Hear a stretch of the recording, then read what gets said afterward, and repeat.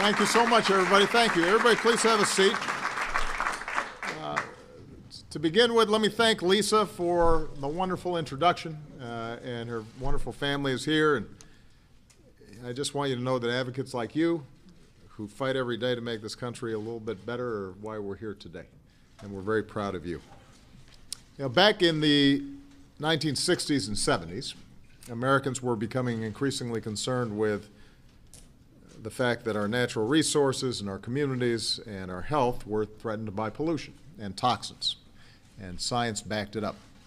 So over the course of that decade, Republicans and Democrats in Congress came together again and again to produce landmark environmental victories. The Clean Air Act, the Clean Water Act, the Endangered Species Act, the creation of the EPA. All of them have benefited this country greatly. And to be fair, all of them happened under the initiative and under the watch of a Republican president, Richard Nixon. It made an enormous difference in people's lives. These days, my staff are too young to remember. I am not.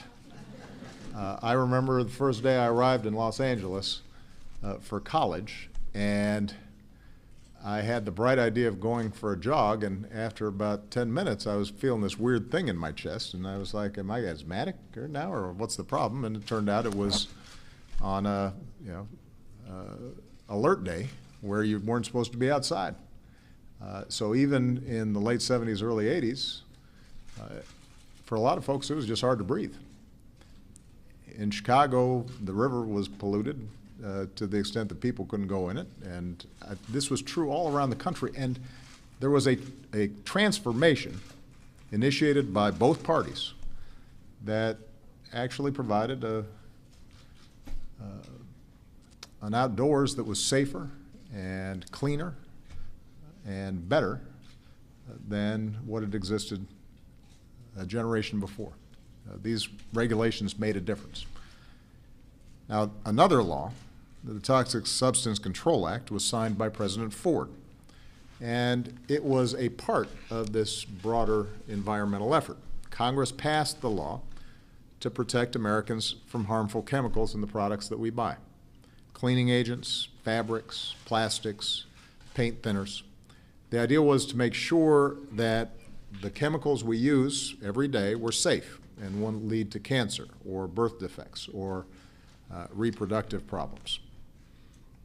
But even with the best of intentions, the law didn't quite work the way it should have in practice. In 1976, some 62,000 chemicals were already on the market, but the law placed demands on the EPA that were so tough, so onerous, that it became virtually impossible to actually see if those chemicals were harming anybody. In fact, out of those original 62,000 chemicals, only 5 have been banned. 5. And only a tiny percentage have even been reviewed for health and safety.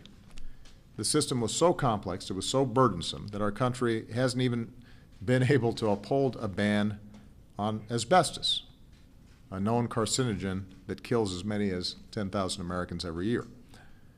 And I think a lot of Americans would be shocked by all that. There have been court cases, there's been litigation, but from a regulatory perspective, this was tough. And I think most Americans would expect that we could come together to fix this law and do a better job protecting the American people. Well, here's the good news. That's exactly why we're here today. For the first time in 20 years, we are updating a national environmental statute. For the first time in our history, we'll actually be able to regulate chemicals effectively. And we're doing it in the same overwhelmingly bipartisan fashion as happened with those pillars of legislation to protect our air and our water and our wildlife. The initiatives where Democrats and Republicans first came together to pass laws more than 4 decades ago. And that doesn't happen very often these days. So this is a really significant piece of business. The Frank R. Lautenberg Chemical Safety Act for the 21st century will make it easier for the EPA to review chemicals already on the market, as well as the new chemicals our scientists and our businesses design. It'll do away with an outdated bureaucratic formula to evaluate safety and instead focus solely on the risks to our health. And it will finally grant our scientists and our public servants at the EPA the funding they need to get the job done and keep us safe. So this is a big deal. This is a good law. It is an important law. Here in America, folks should have the confidence to know that the laundry detergent we buy isn't going to make us sick. The mattresses our babies sleep on aren't going to harm them. And just like in the 1970s, when we decided to do something about smog that was choking our cities, and our auto industry was able to innovate to make our cars cleaner, just like in the 1990s when we had the problems with acid rain and our businesses figured out a way to do something about it and still keep growing and thriving. I'm absolutely confident that we can regulate toxic chemicals in a way that's both good for our families and ultimately good for business and our economy, because nobody can innovate better than folks here in this country and our businesses. In fact, we've got a lot of industry leaders here today who've pushed hard for this law, and I want to give them credit, from the American Chemical Council to S.C. Johnson, because they know that it gives them the certainty they need to keep out innovating and out competing companies from other parts of the world. And the public health and environmental leaders who are today, from the March of Dimes to the Environmental Defense Fund, know that this law will help protect Americans, especially those who are particularly vulnerable to chemicals, and that includes children and pregnant women and the elderly and poorer communities. I have to say, this has been years in the making. You don't get all these people in the same room without a few late nights on Capitol Hill. I know there were times when folks questioned whether or not all the parties involved would be able to reach this agreement.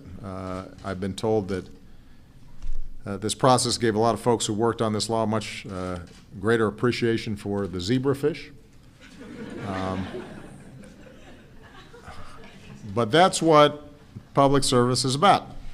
Pushing through disagreements, forging compromise, especially when it's hard, and especially when it's about something as important as the health and safety of our kids and our families. I want to especially thank Bonnie Lautenberg, who's here. Bonnie carried the torch on this issue, cementing her late husband's legacy as one of our nation's finest environmental champions.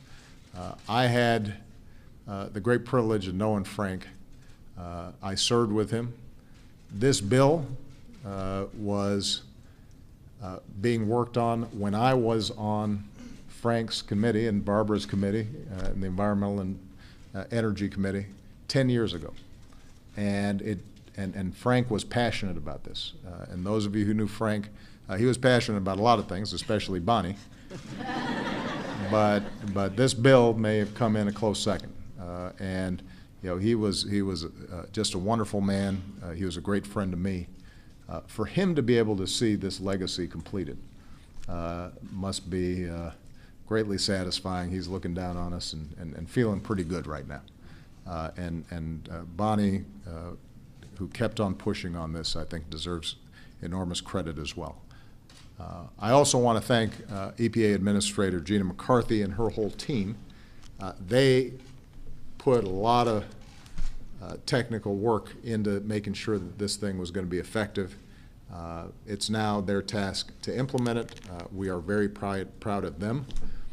There are too many members of Congress to name individually, but I just want to thank everybody on this stage. Worked very, very hard to make this happen. There were countless staffers who pushed this across the finish line.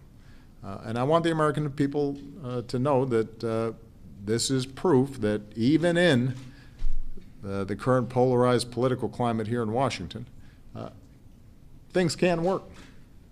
It's possible. We can keep families safe and unleash the engine of American innovation. We can protect the planet and keep creating jobs. If we can get this bill done, you know, it means that somewhere out there on the horizon we can make our politics less toxic as well. So this is a good day. And with that, I think it's time to sign. the Frank R. Lautenberg Chemical Safety for the 21st Century Act into law. Let's do it.